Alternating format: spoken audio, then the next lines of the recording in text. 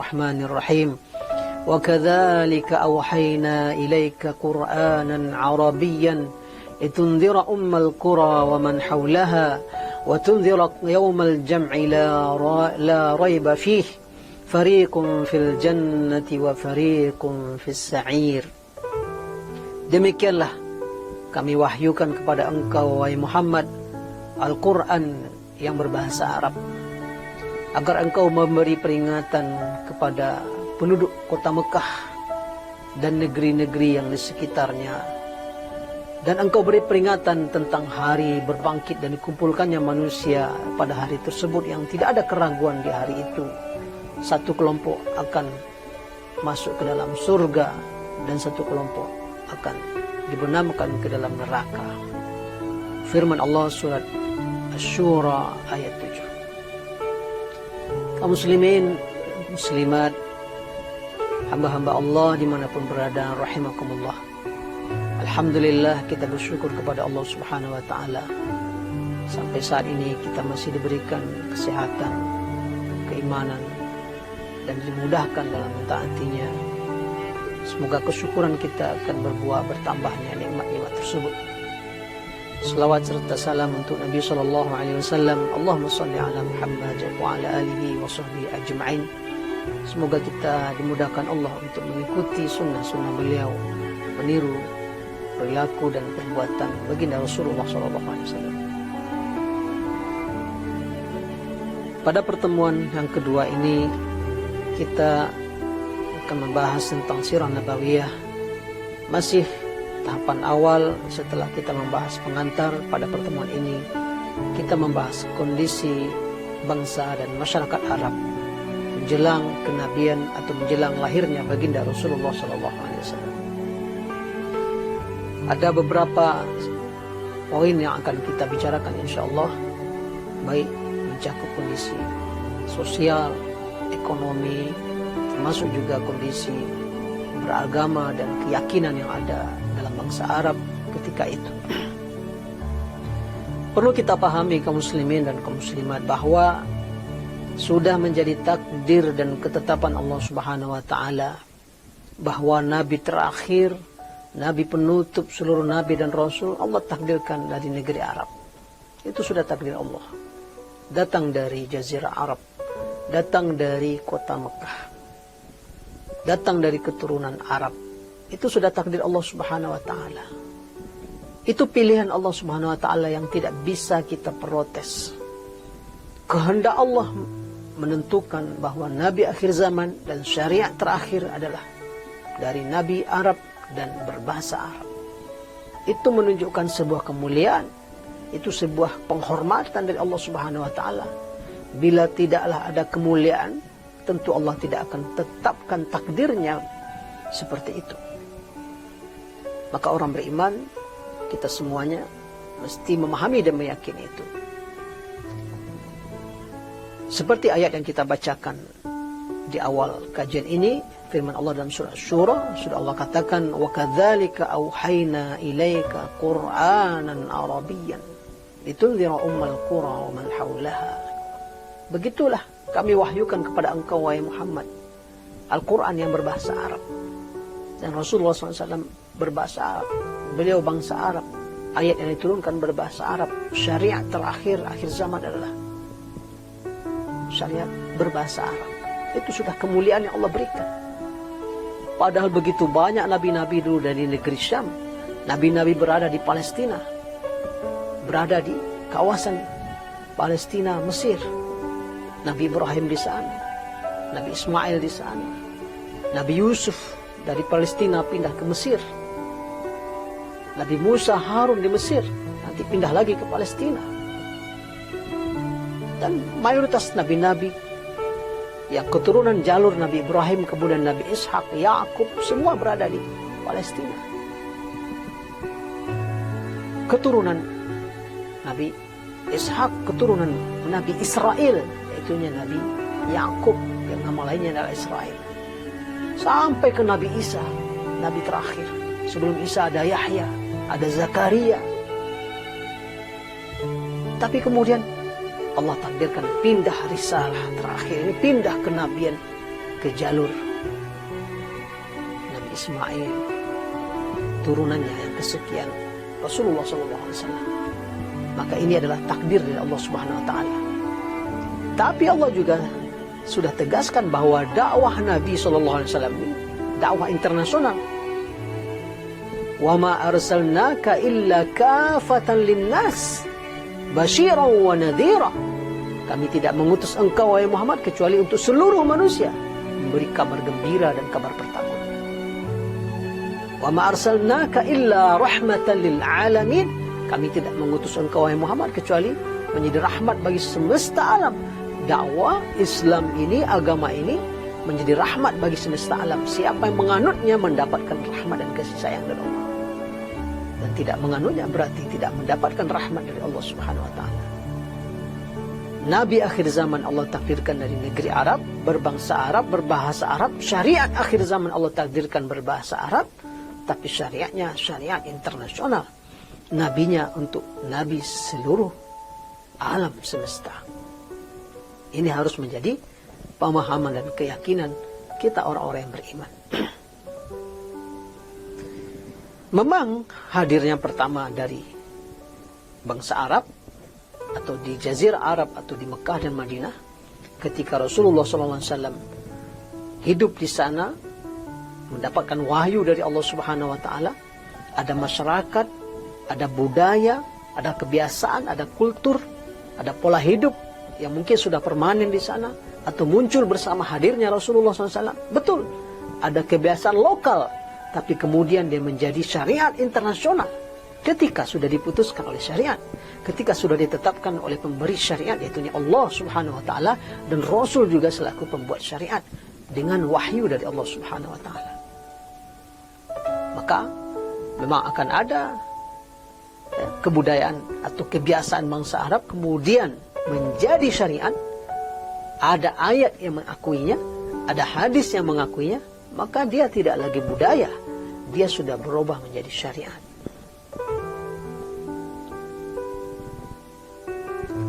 Kaum muslimin dan kaum muslimat, hamba-hamba Allah yang dimuliakan Allah Subhanahu Wa Taala, mari kita coba mengenal sedikit bagaimana kondisi Jazirah Arab atau bangsa Arab di awal-awal akan lahir atau akan datang Nabi SAW. Kita lihat kondisi sosial, kondisi ekonomi, kondisi akhlak, dan termasuk juga kondisi beragama dan ideologi yang ketika itu ada dan eksis. Pertama, dari segi kehidupan sosial bangsa Arab ketika itu, banyak penulis sirah nabawiyah, termasuk Syekh Sofiur Rahman Mubarak Fauri, penulis Ar-Rahiqul Makhtum, buku sirah nabawiyah terbaik yang mendapatkan penghargaan Raja Fahad.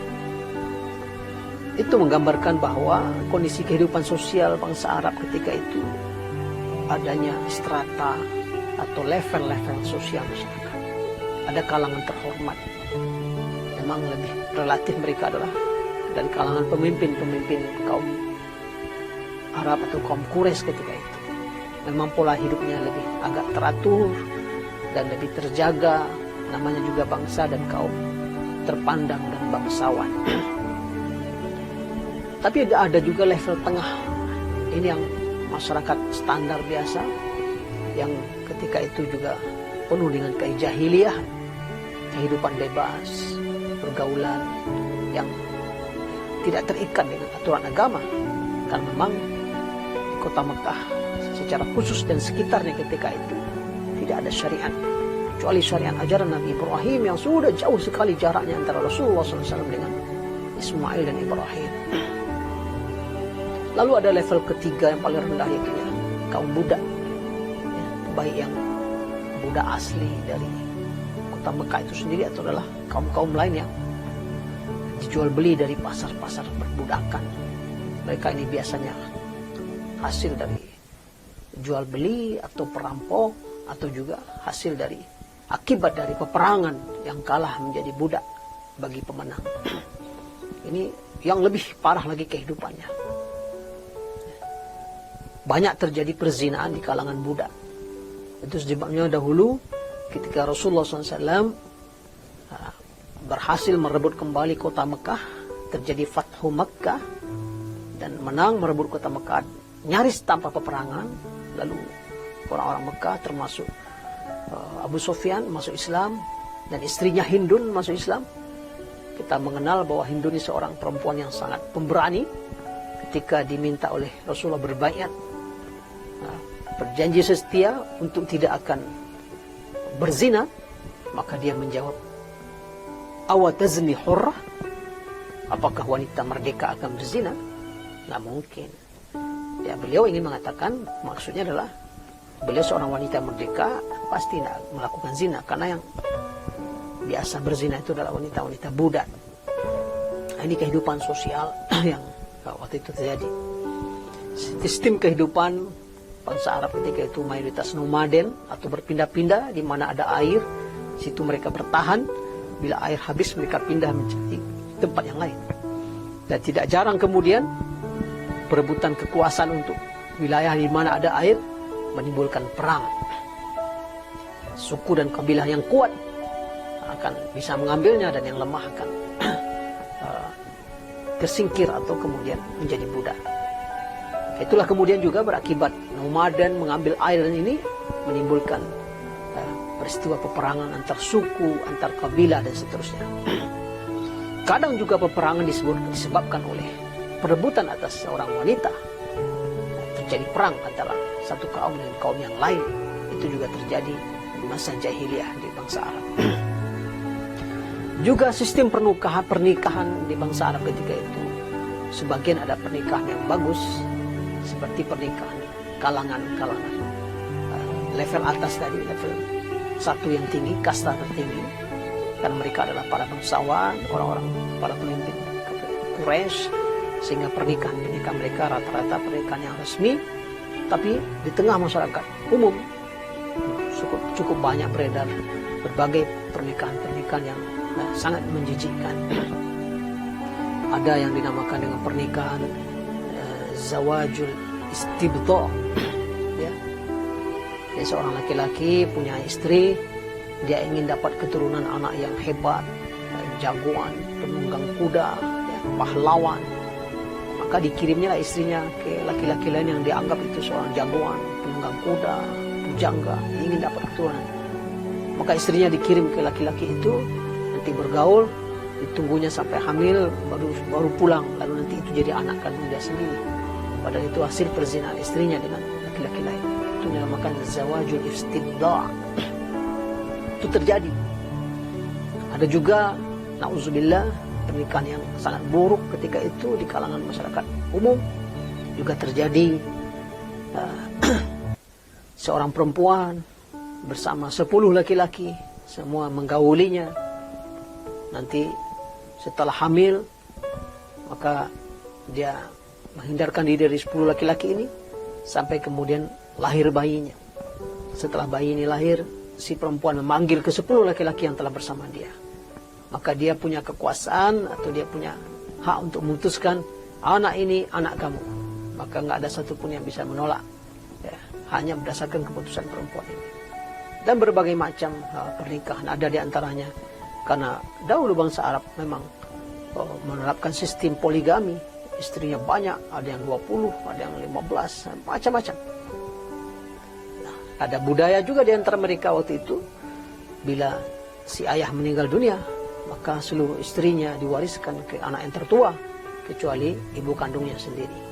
Dan berbagai macam bentuk sistem pernikahan yang rusak, itu kehidupan sosial yang terjadi ketika itu. Kemudian tentunya ketika Islam nanti datang, ada hal-hal yang kehidupan sosial ini yang baik, terpuji, akan diabadikan oleh Islam. Ada kondisi kehidupan sosial yang buruk, yang tercela, akan dibatalkan dan diharamkan dalam Islam. Adapun dari segi perekonomian, maka kondisi kehidupan bangsa Arab, terutama di kota Mekah dan sekitarnya, mayoritas perekonomian mereka ditopang oleh perdagangan atau bisnis. Karena kita ketahui kota Mekah adalah kota yang terletak di lembah yang tak ada tanam-tanaman, tak ada tumbuh-tumbuhan. Yang ada di sekitarnya adalah bukit-bukit cadas, batu atau padang pasir yang tandus. Sebagaimana Allah Subhanahu wa taala dalam surat Ibrahim menceritakan bagaimana doa Nabi Ibrahim kepada Allah ketika dia menitipkan kepada Allah istri dan anaknya yang dia tinggalkan di dalam lembah yang tak ada tumbuh-tumbuhan. Fi wadin ghairi dhi zar'in inda baitikal muharram. Ya Allah, aku tinggalkan sebagian dari keturunanku di lembah yang tidak ada tumbuh-tumbuhan, tanam-tanaman, ya, dekat di sisi rumahmu, Baitul Muharram atau Baitullah Al-Muharram, Ka'bah. Maka mayoritas kota Mekah adalah kota bisnis, tempat orang berjual beli barang dari luar kota atau sebagian kecil produk penduduk Mekah seperti bertenun atau bertukang. Kemudian kebanyakan juga datang dari negeri selatan, Yaman, atau dari utara, dari negeri Syam. Maka dikenallah waktu itu apa yang dikenal dengan nama dalam surat dan firman Allah SWT, rihlatash shita'i was-shaif, perjalanan musim dingin dan perjalanan musim panas. Mereka di musim panas mereka pergi ke utara berbisnis ke negeri Syam, musim dingin mereka pergi ke selatan, ke Yaman untuk berbisnis. Itu sudah menjadi kebiasaan kaum Quraisy atau orang Mekah. Ada 3 pasar yang terkenal di kota Mekah, ya. Suq Ukaz, ya, pasar Ukaz, Zilmajaz, dan Majinnah. Ini pasar-pasar yang terkenal yang ada di Mekah. Sebagian memang ada petani, tapi tentu sangat terbatas di daerah yang agak ada air, oase. Di kota Madinah itu mayoritas petani, bertani korma, gandum. Di sekitar Taif, daerah yang subur, itu menjadi petani. Sebagian ada yang bekerja sebagai tukang atau pelayanan jasa, pandai besi, menjahit, ya, tenun, atau juga tentunya tenaga-tenaga kasar. Sebagian dikerjakan oleh para budak. Jadi budak menjadi penopang ekonomi masyarakat juga waktu itu, karena mereka lah yang bertugas mengangkut air, ya, mengangkut barang-barang. Apabila mereka bepergian jauh, tidak sederhana perjalanan dari Mekah sampai ke Syria, ke negeri Syam, sampai ke Basrah, dan seterusnya. Bahkan sampai ke Palestina. Sebagaimana juga perjalanan yang luar biasa dari Mekah sampai ke negeri Yaman di selatan. Itu kondisi kehidupan ekonomi. Dan ditopang lagi bahwa memang setiap tahun datangnya orang-orang pergi berhaji, musim haji, yang sudah ada sejak Nabi Ibrahim. Ini adalah peluang bisnis bagi orang-orang Mekah, menjualkan barang dan sebagainya. Dan mereka menjadi pelayan, memberikan minum lalu air zam-zam, dan tentu tempat-tempat mereka menjadi tempat menumpang atau datangnya, menginapnya orang-orang yang melaksanakan ibadah haji. Dari segi akhlak, tentunya kehidupan bangsa Arab ketika itu ada akhlak-akhlak yang mulia dan juga cukup banyak akhlak-akhlak yang tercela. Tadi kita sudah sebutkan budaya pernikahan yang sebagian menjijikkan, kemudian budaya perbudakan, kemudian mewariskan istri-istri kepada anak ketika sudah wafat, kecuali ibu kandungnya, dan lain sebagainya, berperang karena memperebutkan wanita atau memperebutkan air. Namun juga sangat banyak terdapat akhlak-akhlak mulia di kalangan bangsa Arab ketika itu. Di antara akhlak yang sangat terkenal mereka miliki adalah al-karam, ya, kedermawanan, al-jud, ya, pemurah. Itu juga menjadi akhlak yang mulia dari bangsa Arab, dan sampai hari ini masih terus mengalir. Kaum muslimin dan kaum muslimat kalau pergi umroh, pergi haji, cobalah berada di Madinah atau di Mekah di hari Senin, hari Kamis ketika berpuasa, apalagi di bulan Ramadan, rasanya tidak akan kelaparan. Mereka berebut memberikan makanan, berebut memberikan perbukaan, berebut memberikan makan sahur. Kita malah yang berusaha untuk menghindar, karena mungkin tidak semua makanan mereka cocok untuk kita. Itu kedermawanan dari rumah, dari orang-orang di jalanan, berebut memberi, berbagi. Ini memang sudah ada akarnya sejak dahulu. Malah di masa jahiliyah, seorang laki-laki yang sangat dermawan dikenal sebagai lambang kedermawanan adalah Imru'ul Qais. Ya. Saking dermawannya dalam karya-karya puisi bangsa Arab waktu itu diceritakan bagaimana dia hampir atau nyaris menyembelih anaknya untuk dibuatkan makanan, dihidangkan kepada tamu. Karena tamu datang, makanan tidak ada. Bagi bangsa Arab itu sangat-sangat memalukan. bila tamu datang tidak ada makanan. Dhaifun wala qira. Tamu datang makanan enggak ada. Ini aib. Maka dia siapkan pedangnya untuk nyembelih anaknya. Untunglah ketika itu di malam yang gelap, di kejauhan dia lihat seekor rusa padang pasir. Maka dia taruh pedangnya dan dia ambil panahnya. Sampai kemudian dia berhasil menangkap rusa atau kijang tersebut dan makan besarlah tamunya sampai 3 hari 3 malam. Kedermawanan. Bangsa Arab jahiliyah dahulu menerima tamu itu 3 hari 3 malam. Tidak ditanya apa keperluannya, dilayani, diberi makan. Baru hari keempat baru kemudian ditanyakan. Ini kemudian kebudayaan, kebiasaan dan adat yang terpuji ini diakui oleh syariat, kemudian disunnahkan kita menerima tamu. Tamu itu 3 hari itu haknya, hari keempat itu hadiah. Di antara akhlak terpuji dan layak kemudian dikembangkan oleh syariat Allah Subhanahu wa taala dilanjutkan di samping kedermawanan adalah kesetiaan kepada janji, al-wafa bil ahdi. Ini juga akhlak kebanyakan bangsa Arab. Dari dahulu, mereka kalau sudah ada perjanjian, menjamin keamanan seseorang, maka tidak ada pengkhianatan.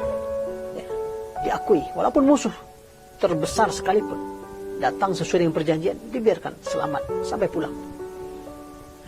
Kesetiaan kepada janji ini menjadi terkenal watak mereka, dan kemudian diwariskan. Sebagaimana kemudian dalam hadis-hadis kita temukan bagaimana kesetiaan ini kemudian berkelanjutan dan menjadi syariat Allah Subhanahu wa taala. Kemudian juga di antara akhlak mulia bangsa Arab di kalangan terutama kalangan menengah ke atas adalah harga diri dan kehormatan. Ya, yang banyak berzina adalah kaum budak atau masyarakat lepas. Tapi di kalangan bangsawan tidak ada yang berzina. Mereka menjaga harga diri. Dan bahkan salah satu faktor yang menimbulkan salah satu kebiasaan jahiliyah yaitunya mengubur hidup-hidup wanita, bayi wanita, itu sebenarnya berangkat dari harga diri dan kehormatan. Karena kalau yang lahir adalah bayi perempuan, ke depan dia akan menjadi beban bagi keluarga. Kehidupan mereka perang, kehidupan mereka nomaden. Kalau sudah terjadi perang, wanita berarti beban, harus diamankan, harus dikawal. Tapi kalau yang lahir laki-laki, maka laki-laki adalah akan jadi prajurit, akan jadi pembela, akan jadi pejuang. Kalau perempuan tidak terjaga dengan baik, akan dirampas oleh suku lain, maka di suku itu dia akan menjadi budak seumur hidup sampai mati. Karena berangkat dari rasa harga diri, akhirnya muncullah di sebagian kabilah itu mengubur bayi perempuan hidup-hidup. Wa idza busyira ahaduhum bil unsa dhalla wajhuhu muswaddan wa huwa kadhib. Kalau diberitahu mereka lahir anaknya perempuan, waduh, wajahnya hitam gelap, kecewa, menahan emosi. Ini akan mendatangkan aib nanti. Tapi tentunya bukan seluruh bangsa Arab punya budaya mengubur bayi perempuan hidup-hidup. Kalau itu semua suku melakukan, semua kabilah melakukannya, tentu punahlah mereka. Sama siapa ya? Yang laki-laki kawin, karena semua perempuan sudah mati semua. Ini dilakukan oleh sebagian kabilah, terutama kabilah-kabilah yang mungkin mereka kabilah yang tidak kuat, tidak besar, tidak mampu mempertahankan seluruh anggota sukunya. Maka harga diri, kehormatan itu juga menjadi akhlak mulia bagi bangsa Arab. Di samping itu, akhlak mulia yang mereka miliki adalah sikap as-sazajah, kesederhanaan, al-basatah, ya, bersahaja, apa adanya. Mereka hidup di padang pasir, hidup di kemah, bahkan mayoritas mereka adalah kaum buta huruf. Walladzi ba'atha fil ummiyina rasulan minhum, kata Allah. Dialah yang mengutus seorang nabi dari kalangan orang-orang buta huruf. Sama buta huruf juga, nabinya buta huruf, mayoritas masyarakatnya juga buta huruf. Maka hidupnya sederhana, bersahaja, tak ada yang dibuat-buat. Nah, jauh dari kepura-puraan atau jauh dari nifak, ya, kemunafikan, apalagi pencitraan. Mereka hidupnya apa adanya. Itu diantara kondisi akhlak dan ada yang terpuji, ada yang tercela. Nah, tentunya kita ketahui dalam hadis yang sahih, hadis diriwayatkan oleh Imam Bukhari dalam Adabul Mufrad, juga diriwayatkan oleh Imam Hakim dan Imam Ahmad. Rasulullah SAW bersabda, "Innama bu'ithtu li'utammima makarimal akhlaq." Aku diutus oleh Allah untuk menyempurnakan akhlak-akhlak mulia. Maksudnya apa? Sudah ada akhlak mulia yang sudah tersebar, sudah membudaya di kalangan Arab. Datang Nabi untuk menyempurnakan yang mulia ini. Jangan kita sampai salah paham. Bangsa Arab sangat bejat, sangat rusak, sehingga layaklah turun wahyu kepada mereka untuk memperbaiki mereka. Oh tidak, itu salah. Justru nanti kita akan lihat betapa mereka yang paling kondusif diberikan syariat terakhir agar kemudian bisa mereka mengembannya ke negeri lain. Jadi Rasulullah datang untuk menyempurnakan akhlak-akhlak mulia. Maksudnya akhlak mulia itu sudah ada, Rasulullah tambahkan, Rasulullah muliakan, Rasulullah lanjutkan. Adapun terkait kondisi beragama dan ideologi mereka sudah jelas. Mayoritas kota Mekah kaum musyrik, petinggi-petingginya orang-orang musyrik, mereka menyembah berhala. Ada sekitar 360 berhala di dalam dan di luar Ka'bah. Dari yang paling besar Hubal, Latta, Manas, dan seterusnya. Ini ada orang Arab dalam Ibnu Hisham menukilkan dalam kitab sirahnya, dan ada hadis yang meriwayatkan bagaimana Rasulullah SAW mengabarkan siapa yang pertama kali membawa patung berhala ke Ka'bah, ke Mekah. Dialah laki-laki yang bernama Amru ibn Luhai. Amru bin Luhai inilah yang akan menanggung di akhirat kelak masuk neraka, dan dia menggiring atau menarik berhala yang dia bawa. Dia melakukan perjalanan bisnis ke negeri Syam. Dia temukan orang di sana sedang menyembah berhala, patung-patung. Lalu, wah ini bagus juga ini apa yang kalian sembah. Bagaimana kalau ini siapa ini? Ya ini Tuhan kami minta tolong, kami minta rezeki, kami minta berbagai-bagai, kami minta kepada mereka ini. Oh kalau gitu boleh saya minta satu. Maka dikasihlah satu patung yang bernama Hubal, dibawa pulang ke Mekah oleh Amr bin Luhai. Nah, itulah pertama kali dia letakkan di Mekah, diajak kaumnya menyembah. Sampai kemudian satu persatu patung-patung lain bertambah sampai 360. Mayoritasnya itu. Sebagian masih ada pengikut agama Hanifiyah atau agama peninggalan Nabi Ibrahim. Mereka orang-orang yang Hanif, tapi jumlahnya tidak banyak. Dan tentunya mereka sangat sedikit sekali tidak ada Ahlul Kitab. Ahlul Kitab adanya di Madinah, di Mekah tidak ada, karena mereka buta huruf, mereka tidak baca kitab suci. Yahudi dan Nasrani adanya di Madinah. Nah itulah kondisi Jazirah Arab ketika itu.